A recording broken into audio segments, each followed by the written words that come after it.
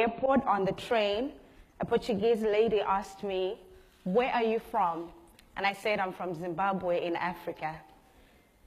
And a wave of pity washed over her face. And she said to me, "I'll pray for you."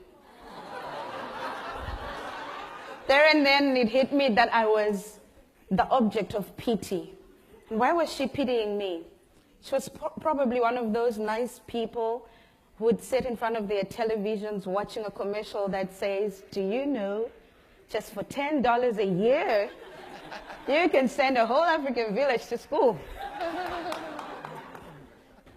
We must, to the world, we must appear like a retrogressive, backward continent infested with disease, war, people who cannot champion their own causes and rely on the charity of foreign aid to get by from day to day.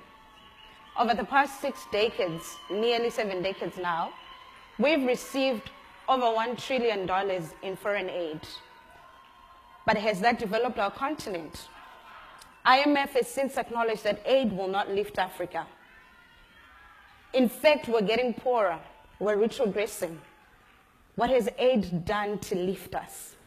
Not very much. But what has aid done instead? It has created in us chronic dependency. Our hosts have a saying, I think it's the Department of Agriculture at the zoos, they say, "Please do not feed the animals. They might become dependent and forget how to hunt." We've forgotten how to hunt. Or waiting for alms, we have totally forgotten how to hunt for ourselves. What has aid also done? It has subsidized the political inefficiencies of our irresponsible governments. We think they are doing something when they are not. Aid has trapped us in debt because most of that debt comes as state-to-state funding, which is loans, which we're struggling to pay back. Aid is also killing our local industries. Why must our people buy mosquito nets when they can get them for free? Aid is fueling corruption. Agencies such as the United Nations, USAID, can work with governments regardless of how responsible they are or not. But I have a question for you, my fellows in the civic leadership cohort. Until when shall we continue to trade our weak and vulnerable as commodities to foreign funders so that we can sustain our paychecks from month to month? Until when shall we be complicit in implementing ineffective programs that are not designed to eradicate the problems on the ground, but only designed to align to the funders' interests?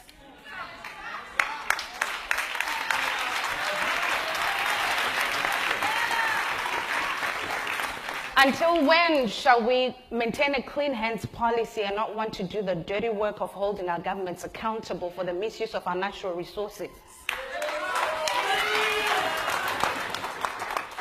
The providers of foreign aid are not going to come and uproot our ineffective governments. We have to do that for ourselves.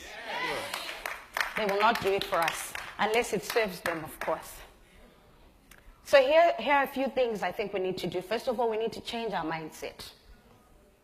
We can champion African solutions to African problems if we use our creative energies in the right way, if we remember how to hunt, if we hold our governments accountable, if we leverage on our status as the last investment frontier to move our continent from aid to trade.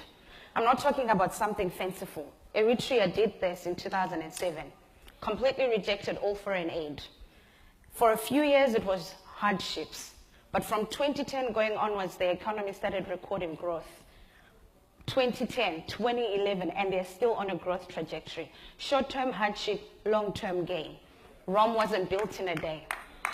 Ghana is doing this, moving themselves from aid to trade. Our own countries can do this as well.